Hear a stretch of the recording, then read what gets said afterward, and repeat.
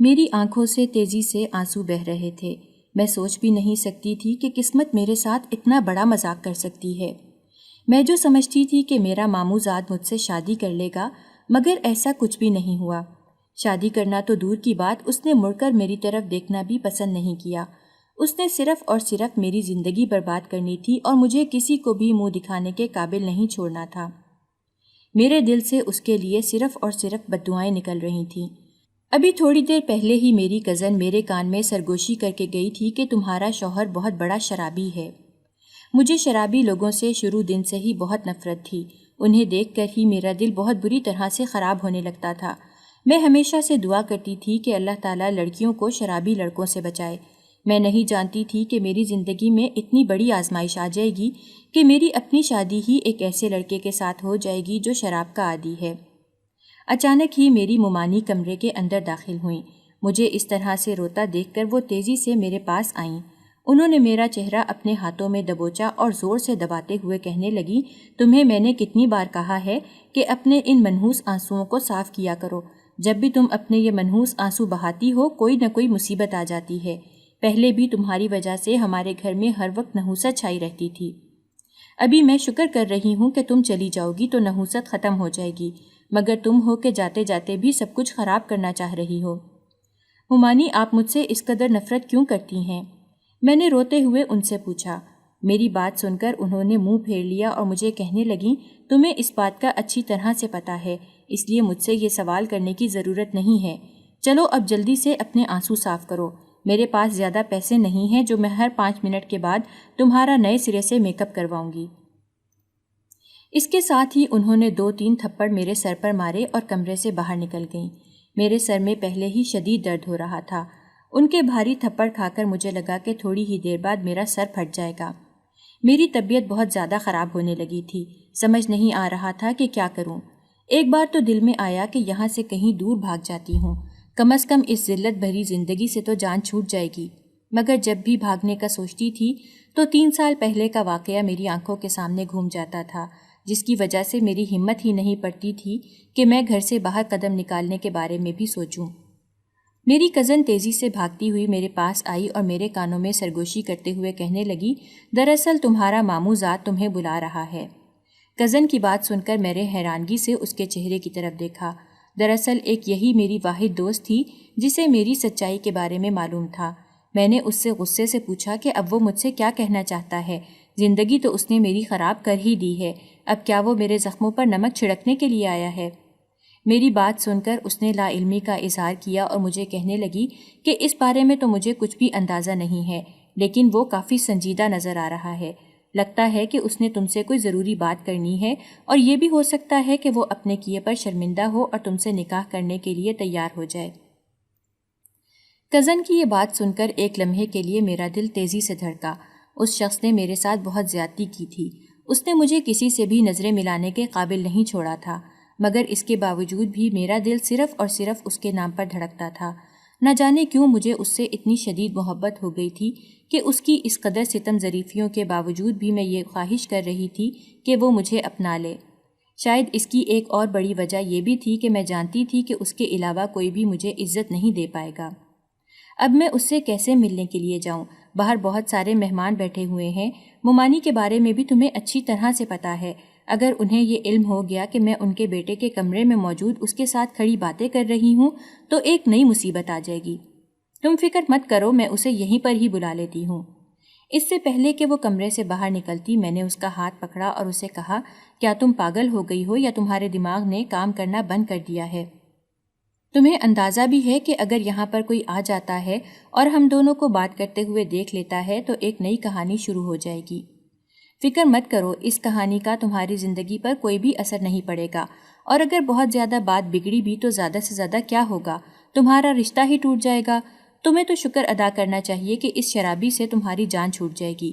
چلو اب مجھے مت روکو، میں جلدی سے جا کر اسے بلا کر لاتی ہوں، کہیں ایسا نہ ہو تمہاری بارات آ جائے۔ اس نے اپنا ہاتھ چھڑوایا اور تیزی سے کمرے سے باہر نکل گئی، جبکہ میں اپنا سر دونوں ہاتھوں میں گرا کر بیٹھ گئی۔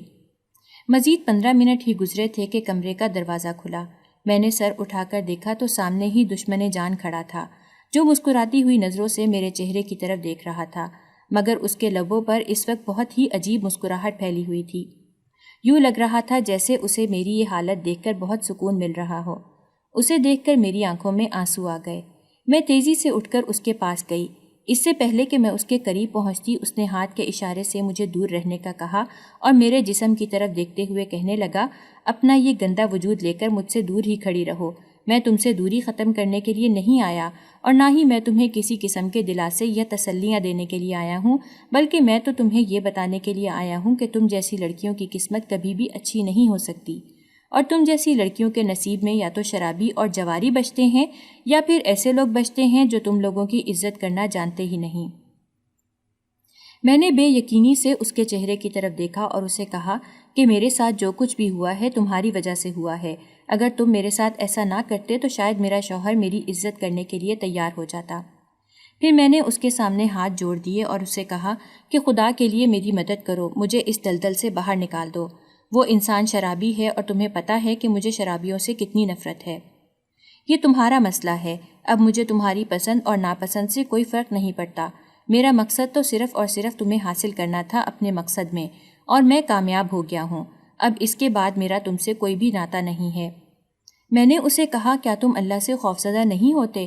کیا تمہیں ڈر نہیں لگتا کہ تمہیں تمہاری زیادتی کی سزا مل سکتی ہے؟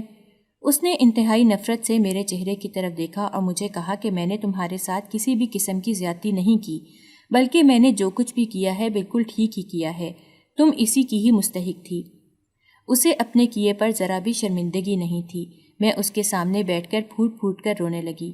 وہ میرے پاس چلتا ہوا آیا اور تھوڑی سے پکڑ کر میرے چہرے کو بلند کرتے ہوئے کہنے لگا، تم روتے ہوئے بہت زیادہ حسین لگتی ہو، لیکن افسوس کہ تمہارا شوہر کبھی بھی تمہارے اس حسین چہرے سے محبت نہیں کر پائے گا۔ اسے صرف اور صرف تمہارے جسم میں لگا ہوا داغ دکھائی دیتا رہے گا۔ یہ کہہ کر وہ خاموشی سے کمرے سے باہر نکل گیا۔ میں جو سوچ رہی تھی کہ وہ میرے پاس آئے گا، میرے قدموں میں گرے گا، مجھ سے معافی مانگے گا، اپنی محبت کا اظہار کرے گا اور مجھے کہے گا کہ میں تمہارے ساتھ یہ سب کچھ نہیں کرنا چاہتا تھا، مجھ سے بہت بڑی غلطی ہو گئی، مگر اس نے ایسا کچھ بھی نہیں کیا۔ اس نے تو مجھے خود سے ہی نظریں ملانے کے قابل نہیں چھوڑا۔ 5 منٹ کے بعد میری کزن بھاگتی ہوئی کمرے کے اندر داخل ہوئی۔ مجھے اس طرح سے روتا دیکھ کر وہ پریشان ہو گئی اور مجھے کہنے لگی، کیا ہو گیا ہے؟ اب کیا بات ہو گئی ہے؟ میں نے اس کے چہرے کی طرف دیکھا اور اسے کہا کہ وہ مجھ سے معافی مانگنے کے لیے نہیں آیا تھا، بلکہ وہ تو صرف اور صرف میرا تماشا دیکھنے کے لیے آیا تھا۔ اسے یہ سب دیکھ کر بہت خوشی ہو رہی ہے اور وہ جشن منا رہا ہے کہ میں ساری زندگی خوش نہیں رہ پاؤں گی۔ اس نے مجھے گلے سے لگا لیا اور مجھے تسلی دیتے ہوئے کہنے لگی، فکر مت کرو، اللہ تعالیٰ تمہارے ساتھ کسی بھی قسم کی زیادتی نہیں کریں گے۔ مجھے یقین ہے کہ تمہارے نصیب بہت اچھے ہوں گے۔ اس کی بات سن کر میرے دل سے آمین نکلا، مگر جو غلطی میں کر چکی تھی اس کے بعد مجھے نہیں لگتا تھا کہ میری زندگی کبھی بھی ٹھیک ہو پائے گی۔ جیسے ہی بارات آئی، مومانی جان مجھے اسٹیج پر لے کر چلی گئیں۔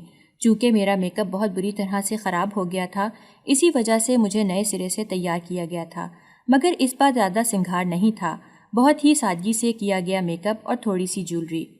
میری دوست مجھے کہہ رہی تھی کہ تم اس میں بھی قیامت ڈھا رہی ہو۔ دوست کی بات سن کر میں پھیکے انداز میں مسکرا دی۔ جس کے لیے مجھے سجنے سورنے کا شوق تھا وہ دور کھڑا مجھے گھورے چلے جا رہا تھا۔ میں سوچ بھی نہیں سکتی تھی کہ میں اتنی بے وقوف کیسے ہو سکتی ہوں۔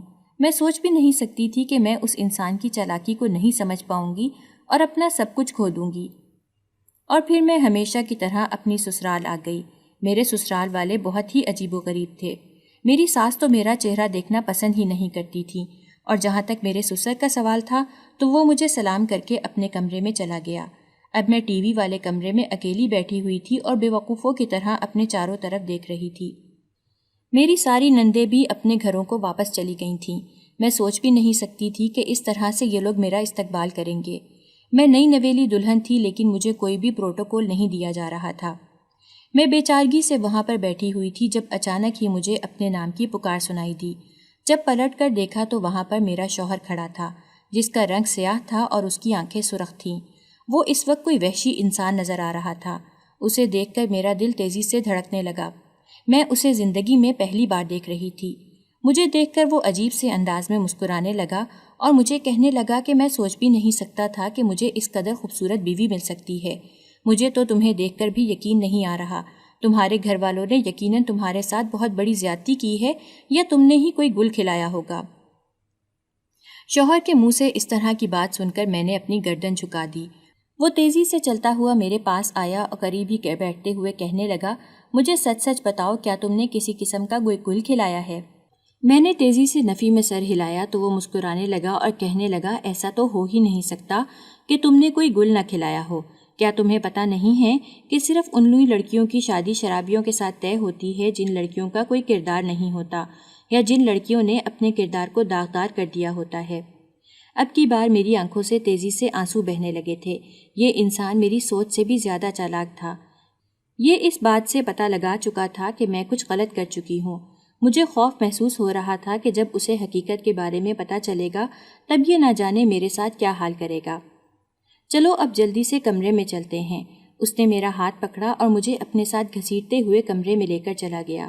میرا دل کر رہا تھا کہ اپنا ہاتھ چھڑوا کر دور ہی بھاگ جاؤں، مگر میں بے بس تھی، میں کچھ بھی نہیں کر سکتی تھی۔ اور جب اسے پتہ چلا کہ میں اپنی عزت پہلے ہی کھو چکی ہوں تو وہ خوشی سے ہنسنے لگا۔ اسے اس طرح سے دیکھ کر مجھے شدت سے کچھ غلط ہونے کا احساس ہوا۔ مجھے لگ رہا تھا کہ وہ پاگل ہو گیا ہے، لیکن وہ پاگل نہیں تھا بلکہ وہ نارمل تھا اور اس چیز کی خوشی منا رہا تھا۔ اگر اس کی جگہ کوئی غیرت مند انسان ہوتا تو وہ مجھے اسی وقت ہی طلاق دے دیتا یا میرا ہاتھ پکڑ کر مجھے گھر سے باہر نکال دیتا، مگر اس نے ایسا کچھ بھی نہیں کیا تھا۔ وہ تیزی سے میرے پاس آیا اور میرے ہاتھ پکڑتے ہوئے کہنے لگا، پیاری بیوی، تم نے مجھے پہلے اس بارے میں کیوں نہیں بتایا؟ اگر تو مجھے پہلے ہی بتا دیتی تو میں اتنا زیادہ وقت ضائع ہی نہیں کرتا۔ اس کی بات سن کر میں نے حیرانگی سے اس کے چہرے کی طرف دیکھا اور اس سے پوچھا کہ تم کس بارے میں بات کر رہے ہو؟ وہ مسکرانے لگا اور مجھے کہنے لگا، تم نہیں جانتی، تم میرے لیے ایک سونے کی چڑیا ثابت ہونے جا رہی ہو، ایک ایسی سونے کی چڑیا جس سے میں ساری زندگی پیسے کماتا رہوں گا۔ اب تو مجھے محنت مزدوری کرنے کی بھی ضرورت نہیں پڑے گی، اب تو دولت خود بخود چل کر میرے گھر آئے گی۔ مجھے اس کے ارادے ٹھیک نہیں لگ رہے تھے۔ میں نے اسے کہا کہ اگر تم نے میرے ساتھ کسی بھی قسم کی زیادتی کرنے کی کوشش کی تو میں تمہارے ماں باپ کو بتا دوں گی۔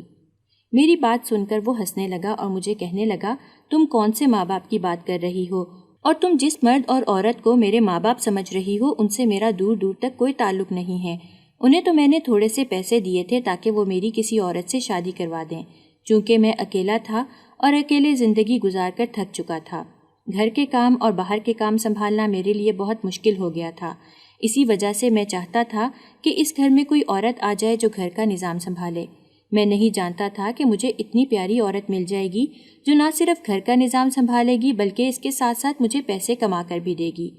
میں تمہارے لیے کیسے پیسے کما کر لا سکتی ہوں؟ مجھے تو کوئی کام آتا ہی نہیں اور نہ ہی میں پڑھی لکھی ہوں، میں نے اب کے بار روتے ہوئے کہا۔ میری بات سن کر اس نے پیار سے میرے چہرے پر ہاتھ پھیرا اور کہنے لگا کہ تم اس چیز کی فکر مت کرو، تمہارا حسن ہی کافی ہے۔ میں تیزی سے پیچھے کی طرف ہٹی۔ مجھے اندازہ تو ہو گیا تھا کہ وہ مجھ سے کسی غلط چیز کی فرمائش کر رہا ہے۔ میں نے تیزی سے نفی میں سر ہلایا اور اسے کہا کہ یہ غلط فہمی اپنے دل سے نکال دو کہ میں تمہارا کسی بھی قسم کا غلط مطالبہ مانوں گی۔ اگر تم نے میرے ساتھ زبردستی کرنے کی کوشش کی تو میں یہ گھر چھوڑ کر چلی جاؤں گی۔ میری پیاری بیگم، یہ بات تم بہت اچھے طریقے سے جانتی ہو کہ تمہارا بھی اس پوری دنیا میں کوئی بھی نہیں ہے، اور جہاں تک تمہاری ممانی کا سوال ہے تو تمہیں اندازہ ہو گیا ہوگا کہ وہ تم سے کتنی محبت کرتی ہے۔ تمہیں وہ کبھی بھی اپنے گھر رکھنے کے لیے راضی نہیں ہوگی، اور زمانے کے بارے میں بھی تمہیں بہت اچھی طرح سے پتہ ہے کہ زمانہ کس قدر ظالم ہے۔ تم اس گھر سے 2 قدم باہر نکالو تو 4 جنگلی کتے تمہارے پیچھے بھاگیں گے اور تمہیں نوچ ڈالیں گے۔ وہ انتہائی بے دردی سے مجھے زمانے کی حقیقت کے بارے میں بتا رہا تھا۔ اب کی بار میں نے اس کے سامنے ہاتھ جوڑ دیے اور اسے کہا، خدا کے لیے مجھے بخش دو، میرے ساتھ اس قسم کا ظلم مت کرو۔ ابھی تو میں نے کچھ کیا بھی نہیں ہے اور تمہیں ڈرنے کی یا فکر مند ہونے کی کوئی بھی ضرورت نہیں ہے۔ میں تمہیں جنگلی لوگوں کے حوالے نہیں کروں گا، بلکہ میں تو تمہیں ایسے لوگوں کے حوالے کروں گا جو تم سے بہت محبت کریں گے اور تمہارا بہت خیال رکھیں گے۔ میرے پاس تو تمہیں دینے کے لیے کچھ بھی نہیں ہے، لیکن وہ لوگ نہ صرف تمہیں پہننے کے لیے قیمتی لباس دیں گے بلکہ اس کے علاوہ وہ تمہیں گھمانے کے لیے بھی لے کر جایا کریں گے۔ وہ انتہائی بے دردی سے یہ ساری باتیں کر رہا تھا۔ اس کی باتیں سن کر میری آنکھوں سے خاموشی سے آنسو بہہ رہے تھے۔ مجھے اندازہ ہو گیا تھا کہ میں ایک دلدل سے نکل کر دوسری دلدل میں پھنس گئی ہوں۔ میری ممانی نے مجھ پر بہت بڑا ظلم کیا تھا۔ وہ شروع سے ہی میرے ساتھ زیادتی کرتی آئی تھیں، لیکن اس بار انہوں نے میرے ساتھ جو کام کیا تھا مجھے ان کے وجود سے شدید نفرت ہو گئی تھی۔ میرے دل سے اپنی ممانی کے گھر والوں کے لیے صرف اور صرف بددعائیں نکل رہی تھیں۔ مجھے اس دن پر غصہ آ رہا تھا جس دن میں نے اپنے ماموں کے ساتھ رہنے کا فیصلہ کیا تھا۔ اس دن اگر میں اپنے چچا کی بات مان لیتی اور اپنے چچا کے ساتھ چلی جاتی تو شاید آج میرے ساتھ یہ سب کچھ نہ ہو رہا ہوتا۔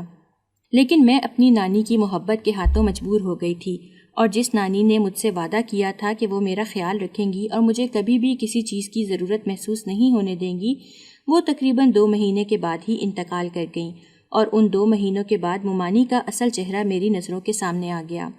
ممانی حد سے زیادہ ظالم عورت تھی۔ اب وہ مجھے چچی کے گھر بھی نہیں جانے دیتی تھیں کیونکہ انہیں مفت میں نوکرانی مل گئی تھی، اور پھر تھوڑے ہی عرصے بعد ہم وہ شہر چھوڑ کر ہمیشہ کے لیے دوسرے شہر چلے آئے۔ یہاں پر میرا کوئی جاننے والا نہیں تھا اور نہ ہی کوئی میرا دکھ سکھ کا ساتھی تھا۔ مجھے وہاں پر روتے ہوئے تھوڑی ہی دیر گزری تھی کہ اچانک ہی دروازے پر دستک ہوئی۔ میرے شوہر نے تیزی سے جا کر کمرے کا دروازہ کھولا۔ سامنے ہی ایک شخص کھڑا تھا۔ وہ اچھا خاصا خوبصورت انسان تھا اور کافی مہذب بھی نظر آ رہا تھا۔ میرا شوہر اس کے پاس گیا اور اسے کہنے لگا، دیکھو میں اس لڑکی کی بات کر رہا تھا۔ میرے شوہر کی بات سن کر وہ شخص حیران رہ گیا اور کہنے لگا، ارے یہ تو تیری بیوی ہے، اس کے ساتھ تو تیری آج ہی شادی ہوئی ہے۔ میرا شوہر ہنسنے لگا، ارے بیوی ہے تو کیا ہوا، تم سے زیادہ عزیز تو نہیں ہے، اور ویسے بھی ہم دونوں بھائی ہیں، جو کچھ میرا ہے وہی کچھ تیرا ہے۔ وہ انسان حد سے زیادہ جاہل ثابت ہوا تھا۔ میں آنکھوں میں آنسو لیے کبھی اس نئے آنے والے شخص کو دیکھتی تو کبھی اپنے شوہر کو دیکھتی۔ اب کہ اس شخص کی آنکھوں کا رنگ تبدیل ہو گیا اور وہ بہت ہی عجیب و غریب نظروں سے مجھے دیکھنے لگا۔ اس سے پہلے کہ وہ میرے قریب آتا میرے شوہر نے اس کا ہاتھ پکڑا اور اسے کہنے لگا، ارے ارے ایسے کیسے، پہلے تمہیں مجھے پیسے دینے ہوں گے۔ مجھے اندازہ ہو گیا تھا کہ وہ اپنے دوستوں کے ساتھ میرا سودا کر رہا ہے۔ دوسری طرف اس کا دوست اس کی بات سن کر حیران ہو گیا اور میرے شوہر سے کہنے لگا، تھوڑی دیر پہلے تو تم مجھے یہ کہہ رہے تھے کہ ہم دونوں بھائی بھائی ہیں، جو کچھ تمہارا ہے وہی کچھ میرا ہے، اور اب مجھ سے پیسے مانگتے ہوئے تمہیں ذرا بھی شرم محسوس نہیں ہو رہی۔ تمہیں اچھی طرح سے پتہ ہے کہ پیسوں کے معاملے میں کبھی بھی شرم نہیں کرتا۔ چلو اب جلدی سے میری مٹھی میں 1000 کے 10 نوٹ رکھو۔ صرف 10,000 میں اپنا سودا طے ہوتا دیکھ کر میرا دل خون کے آنسو رو رہا تھا۔ جب میرا شوہر وہاں سے چلا گیا تو وہ آدمی میری طرف متوجہ ہو گیا۔ میں نے اس وقت سمجھداری کا مظاہرہ کیا اور اپنے چہرے پر مسکراہٹ سجا کر اس سے پیار بھری باتیں کرنے لگی۔ میرا مقصد اس وقت صرف اور صرف یہاں سے نکلنا تھا۔ میں نے اسے کہا کہ میں تھوڑی سی تھک گئی ہوں، مجھے چائے کی طلب ہو رہی ہے۔ میری بات سن کر وہ مسکرایا اور کہنے لگا، ضرور کیوں نہیں، مجھے ویسے بھی چائے بہت زیادہ پسند ہے اور تمہارے ان خوبصورت ہاتھوں سے چائے پی کر تو مزہ ہی آ جائے گا۔ چلو جلدی سے 2 کپ چائے بنا کر لے آؤ، تب تک میں بھی نہا لیتا ہوں۔ دراصل میں نے اسے اپنی باتوں کے جال میں پھنسا لیا تھا، اسی وجہ سے اسے ڈر نہیں تھا کہ میں یہاں سے کہیں بھاگ جاؤں گی۔ میں نے پہلے کپڑے تبدیل کیے اور ایک چادر چھپا کر کمرے سے باہر نکل گئی۔ کمرے سے باہر نکل کر سب سے پہلے میں نے کمرے کا لاک لگایا اور پھر گھر سے باہر نکل کر اندھا دھند بھاگنے لگی۔ مجھے نہیں پتا تھا کہ میں کہاں پر جا رہی ہوں۔ مجھے اس وقت صرف اور صرف یہاں سے نکلنا تھا اور کسی محفوظ مقام پر پہنچنا تھا۔ اچانک ہی میں ایک شخص سے جا کر ٹکرائی۔ جب میں نے اس کے چہرے کی طرف دیکھا تو مجھے لگا کہ میرے قدموں کے نیچے سے زمین نکل گئی ہو۔ میں سوچ بھی نہیں سکتی تھی کہ میرا سامنا کبھی اس شخص سے ہو جائے گا۔ آج مجھے اندازہ ہو رہا تھا کہ دنیا گول ہے۔ سامنے کھڑا شخص کوئی اور نہیں بلکہ میں 7 سال کی تھی جب میرے والدین کا ایک حادثے میں انتقال ہو گیا۔ والدین کے انتقال کے بعد اب مسئلہ یہ پیدا ہو گیا تھا کہ میری ذمہ داری کون اٹھائے گا۔ چچا مجھے اپنے ساتھ لے جانے پر ضد کر رہے تھے۔ چچا مجھ سے بچپن سے ہی بہت زیادہ پیار کرتے تھے۔ وہ میری تمام خواہشات کو منہ سے نکلنے سے پہلے ہی پورا کر دیتے تھے۔ اگر میں یہ کہتی کہ بابا کے بعد مجھ سے سب سے زیادہ محبت کرنے والی شخصیت کوئی اور نہیں بلکہ میرے چچا تھے تو اس میں کچھ بھی غلط نہ ہوتا، مگر مجھے اپنی چچی ذرا بھی پسند نہیں تھیں۔ جب بھی چچا مجھے اپنی گود میں بٹھاتے تھے یا مجھے پیار کرتے تھے تو چچی مجھے عجیب و غریب نظروں سے گھورتی تھیں۔ میں اس وقت چھوٹی سی تھی لیکن اس کے باوجود بھی میں چچی کی آنکھوں کے مفہوم کو بہت اچھی طرح سے سمجھتی تھی۔ میں اکثر ہی اماں سے اس بات کی شکایت لگاتی تھی تو میری اماں بھی چچی کو میرے سامنے اچھے الفاظ میں یاد نہیں کرتی تھی بلکہ وہ ہمیشہ ہی چچی کی برائی کرتی رہتی تھی۔ ان دونوں کی آپس میں کبھی بھی نہیں بن سکی تھی۔ ابا اماں کو سمجھا سمجھا کر تھک چکے تھے کہ وہ تم سے چھوٹی ہے، تمہیں چاہیے کہ اسے سمجھاؤ اور اس کی عزت کرو، لیکن تم ہو کہ ہمیشہ اسے برا بھلا ہی کہتی رہتی ہو۔ مگر اماں ابا کی بات ایک کان سے سن کر دوسرے کان سے نکال دیتی تھی۔ انہوں نے ابا کی باتوں کو کبھی بھی سیریس نہیں لیا تھا۔ میرے دل میں بھی چچی کے لیے نفرت پیدا ہو گئی تھی اور میرے ذہن میں صرف اور صرف ایک ہی بات تھی کہ وہ میری امی کو پسند نہیں کرتی اور مجھے بھی پسند نہیں کرتی، اسی وجہ سے میرا ان کے ساتھ کوئی بھی رشتہ نہیں ہے۔ میں نے ان کے گھر بھی جانا چھوڑ دیا تھا۔ ابا اگر کبھی مجھے اپنے ساتھ لے جانے کی ضد کرتے تو میں انکار کر دیتی۔ میں 6 سال کی تھی لیکن ان تمام باتوں کو بہت اچھے طریقے سے سمجھتی تھی، اور اس سب کے پیچھے سب سے بڑا ہاتھ کسی اور کا نہیں بلکہ میری ماں کا تھا، جس نے چھوٹی سی عمر میں ہی میرے دماغ کو اچھا خاصا بڑا کر دیا تھا۔ لہٰذا جب والدین کا انتقال ہوا تو چچا نے کہا کہ میں نور کو اپنے ساتھ لے کر جاؤں گا۔ نانو چچی کے بارے میں بہت اچھے طریقے سے جانتی تھیں، انہیں پتا تھا کہ چچی مجھے پسند نہیں کرتی، اسی وجہ سے وہ ضد کرنے لگیں کہ نور میرے ساتھ جائے گی، اور پھر آخرکار جیت میری نانو کی ہی ہوئی۔ میں بہت کم ہی اماں کے ساتھ نانو کے گھر جاتی تھی، اور جب بھی جاتی تھی ممانی ہماری بہت زیادہ عزت کرتی تھی، مگر اس بار جب میں نانو کے گھر گئی تو ممانی کے چہرے کے تاثرات بھی بدلے ہوئے تھے۔ وہ مجھ سے سیدھے منہ بات نہیں کر رہی تھیں اور نہ ہی میرے چہرے کی طرف دیکھنا پسند کرتی تھیں۔ میں جب بھی ان کے کمرے میں جاتی تو وہ ہمیشہ میرا ہی ذکر کر رہی ہوتی۔ ایک بار تو ان کی بات سن کر مجھے بہت دکھ ہوا۔ وہ اپنے شوہر سے یہ بات کر رہی تھیں کہ میں اب نور کے وجود کو مزید برداشت نہیں کر سکتی۔ ان کی بات سن کر ماموں کہنے لگے، کیا ہو گیا ہے تمہیں؟ وہ ایک چھوٹی سی معصوم لڑکی ہے، اس نے تمہارا کیا بگاڑا ہے؟ ارے وہ تو گھر کے کام بھی کر دیتی ہے، تمہیں تو اس کا شکر گزار ہونا چاہیے، اس نے میرے بچوں کا حق کھایا ہے۔ ماموں نے ممانی کے سامنے ہاتھ جوڑ دیے اور کہا کہ اس نے کسی کا بھی حق نہیں کھایا، بلکہ اگر وہ اس گھر سے 2-3 نوالے کھاتی ہے تو اس کے بدلے میں اچھے خاصے پیسے بھی دیتی ہے۔ اس کے والد کی جتنی بھی زمینیں ہیں ان زمینوں کے سارے پیسے ہمیں ہی مل رہے ہیں، اس لیے اس طرح کی باتیں مت کرو۔ میں بہت زیادہ معصوم اور بہت زیادہ خوبصورت تھی۔ میری معصومیت اور خوبصورتی کی وجہ سے سب لوگ ہی میری بہت زیادہ تعریف کرتے تھے۔ میں ممانی کے بچوں سے کئی گنا پیاری تھی۔ محلے کی عورتیں جب بھی ممانی کے گھر آتی تھیں تو وہ مجھے اپنے پاس بلاتی تھیں اور مجھے پیار کرتے ہوئے کہتی تھیں کہ اللہ تمہارے نصیب بھی بہت اچھے کریں گے۔ اور جب وہ یہ کہتی تھیں کہ راشدہ یہ اتنی پیاری بیٹی تم کہاں سے لائی ہو، تو میری ممانی جل جاتی تھیں، کیونکہ ان کی بیٹیوں کو کبھی بھی کسی نے تعریف نہیں کی تھی۔ ان کی بیٹیاں بالکل بھی پیاری نہیں تھیں اور بہت زیادہ بدتمیز بھی تھیں۔ اگر ان سے کوئی شخص کوئی بات کر دیتا تو وہ اس کا بہت ہی بدتمیزی کے ساتھ جواب دیتی تھی۔ اسی وجہ سے انہیں کوئی بھی پسند نہیں کرتا تھا اور نہ ہی کوئی انہیں اپنے پاس بٹھاتا تھا۔ اب ممانی نے ایک اور نیا کام شروع کر دیا تھا۔ جب بھی کوئی عورت میری تعریف کرتی تھی تو ممانی میرے خلاف باتیں کرنا شروع ہو جاتی تھیں اور مجھ پر الزام لگاتی تھیں کہ صرف یہ دیکھنے میں ہی پیاری ہے، اس کی عادتیں بہت ہی خراب ہیں، یہ چوری کرتی ہے اور گالیاں بھی دیتی ہے۔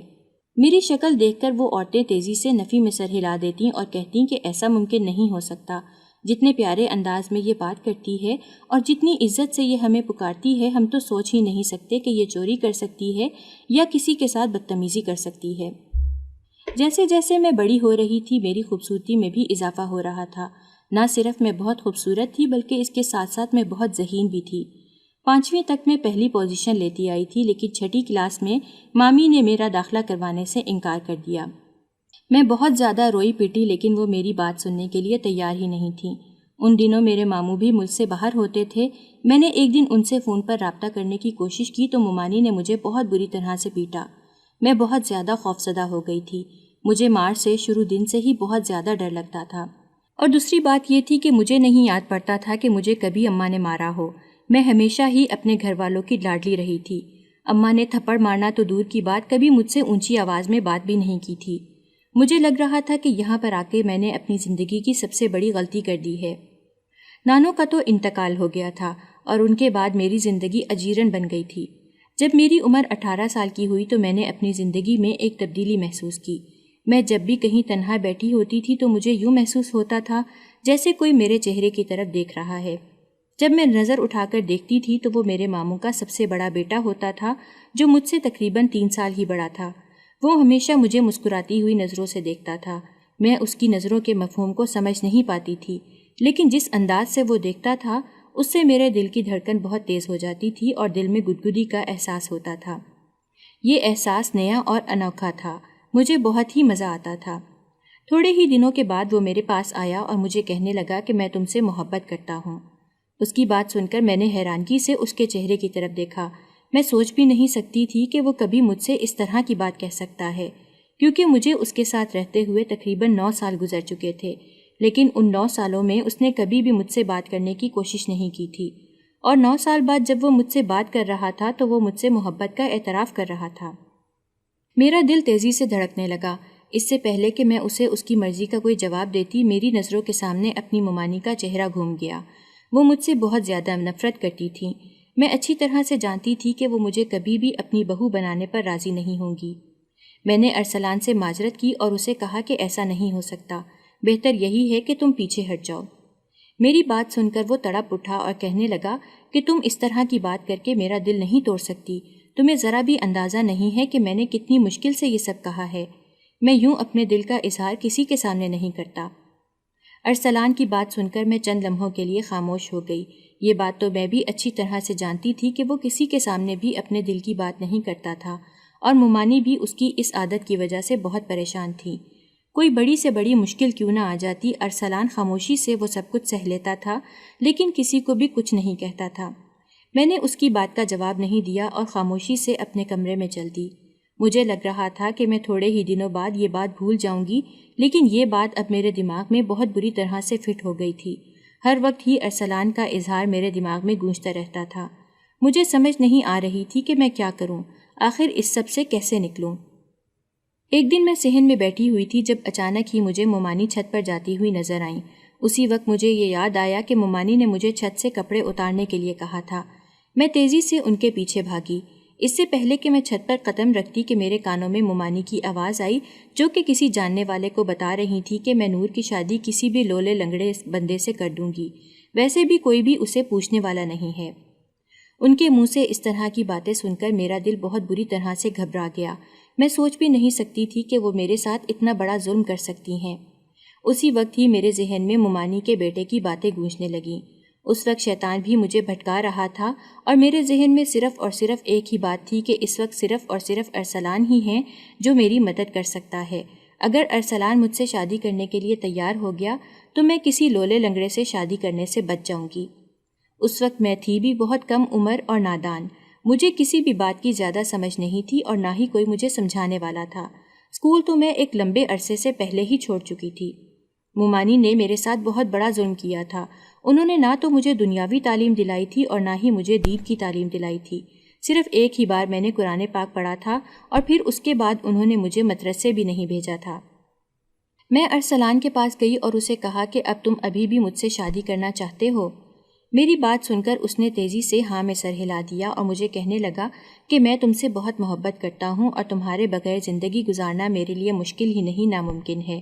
میں کافی دنوں سے اس بارے میں ہی سوچ رہا تھا کہ آخر دوبارہ تم سے کیسے بات کروں۔ میں نے اسے کہا کہ میں تم سے شادی کرنے کے لیے تیار ہوں، تم بس ممانی سے بات کر لو۔ وہ یکدم ہی پریشان ہو گیا اور مجھے کہنے لگا کہ اتنی جلدی تو میں ان سے بات نہیں کر سکتا، کیونکہ ابھی تو میری نوکری بھی نہیں لگی، لیکن میں تم سے وعدہ کرتا ہوں کہ تقریباً 3 سالوں کے بعد میں تم سے شادی کر لوں گا۔ وہ مسکرانے لگا اور کہنے لگا ان 3 سالوں میں تمہیں صرف اور صرف اپنی محبت دوں گا اور تمہیں بتاؤں گا کہ محبت کا مطلب کیا ہوتا ہے۔ اور پھر ارسلان مجھے بہت زیادہ اہمیت دینے لگا۔ اتنی اہمیت مجھے آج سے پہلے کسی نے بھی نہیں دی تھی۔ میں خود کو دنیا کی سب سے خوش قسمت ترین لڑکی تصور کر رہی تھی۔ وہ نہ صرف میرے لیے تحفے لاتا تھا، بلکہ اس کے علاوہ اکثر ہی وہ مجھے اپنے ساتھ کھانا کھلانے کے لیے بھی لے کر جاتا تھا۔ میں نہیں جانتی تھی کہ اس سب کے پیچھے اس کا ایک بہت بڑا مقصد شامل ہے۔ وہ صرف اور صرف میرے وجود کو حاصل کرنا چاہتا ہے۔ جب اسے یقین ہو گیا کہ میں نے اس پر اعتبار کر لیا ہے، تو پھر اس نے ایک دن مجھے کہا کہ اب وہ مجھ سے میری محبت کا ثبوت مانگ رہا ہے۔ میں پریشان ہو گئی اور اس سے کہا کہ میں کیسے تمہیں اپنی محبت کا ثبوت دے سکتی ہوں۔ تو اس نے جو بات کی وہ سن کر میں پریشان ہو گئی۔ میں نے اسے کہا کہ یہ گناہ ہے، شادی سے پہلے ایسا ممکن نہیں ہے۔ وہ مجھے ایموشنل بلیک میل کرنے لگا اور کہنے لگا کہ شادی سے پہلے کچھ بھی کیا جا سکتا ہے، تم صرف اور صرف حامی بھرو۔ اور پھر میں نے نادانی میں آ کر اس کی بات مان لی۔ اس نے مجھ سے کہا تھا کہ وہ مجھ سے 2 مہینے بعد ہی نکاح کر لے گا، مگر اس نے ایسا کچھ بھی نہیں کیا اور مجھے بہت بری طرح سے دھتکار دیا۔ میں سوچ بھی نہیں سکتی تھی کہ میرے ساتھ وہ اتنا بڑا ظلم کر سکتا ہے۔ اور پھر مجھے اندازہ تھا کہ مومانی کو بھی اس بارے میں پتہ چل گیا ہے، اس لیے مومانی نے بھی میرا رشتہ ایک شرابی سے طے کر دیا اور یوں میری شادی شرابی سے کر دی۔ میں چچا جان کو اپنے سامنے دیکھ کر پھوٹ پھوٹ کر رونے لگی۔ مجھے یوں رات کے اس پہر سڑک پر دیکھ کر وہ حیران ہو گئے اور مجھے کہنے لگے، تم اس وقت یہاں پر کیا کر رہی ہو؟ دراصل چچا جان کو میرے بارے میں کچھ بھی نہیں پتا تھا، یہاں تک کہ ماموں نے انہیں میری شادی کے بارے میں بھی نہیں بتایا ہوا تھا۔ میں نے چچا جان کو روتے ہوئے اپنے اوپر بیتی ہوئی داستان سنا دی۔ میری بات سن کر ان کا چہرہ یکدم ہی غصے سے لال ہو گیا اور وہ کہنے لگا کہ آخر بھابھی کی اتنی ہمت کیسے ہوئی کہ انہوں نے تمہارے ساتھ اتنی بڑی زیادتی کر دی۔ انہوں نے مجھے کہا کہ تم نے مجھے بتانے کی کوشش کیوں نہیں کی۔ میں نے چچا جان کو بتایا کہ جب بھی میں آپ کو کال کرتی تھی چچی جان فون اٹھاتی تھیں اور مجھے کہتی تھیں کہ میں دوبارہ اس نمبر پر رابطہ نہ کروں۔ چچا جان نے میرے ہاتھ پر ہاتھ رکھا اور کہا کہ تمہاری زندگی میں جتنی بھی آزمائشیں تھیں اب وہ ختم ہو گئی ہیں، اب تمہارے ساتھ کوئی بھی کسی قسم کی زیادتی نہیں کر پائے گا، اور جہاں تک تمہارے ماموں زاد کا سوال ہے تو اس کے ساتھ میرے بھی بہت سارے حساب کتاب باقی ہیں۔ اور اسی دن ہی مجھے پتہ چلا کہ میرا ماموں زاد ایک غیر قانونی سرگرمی میں ملوث تھا اور اس کے ثبوت چچا جان کے پاس موجود تھے۔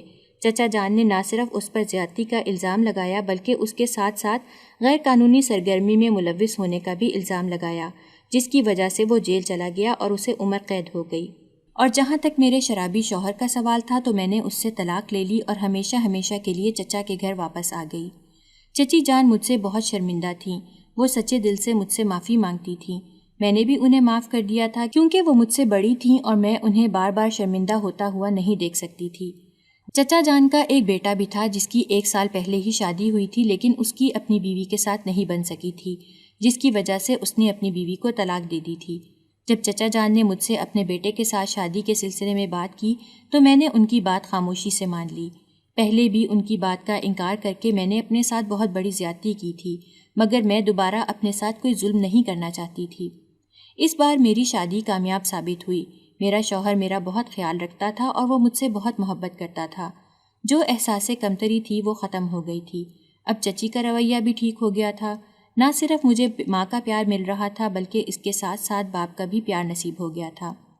ماموں مجھ سے ایک بار معافی مانگنے کے لیے آئے تو میں نے انہیں بھی معاف کر دیا، مگر میں اپنی مومانی کو کبھی بھی معاف نہیں کر سکتی تھی اور میں دوبارہ ان کی شکل بھی نہیں دیکھنا چاہتی تھی۔ 1 سال بعد اللہ تعالیٰ نے مجھے جڑواں بیٹوں سے نوازا، جس کے بعد میری زندگی مکمل ہو گئی۔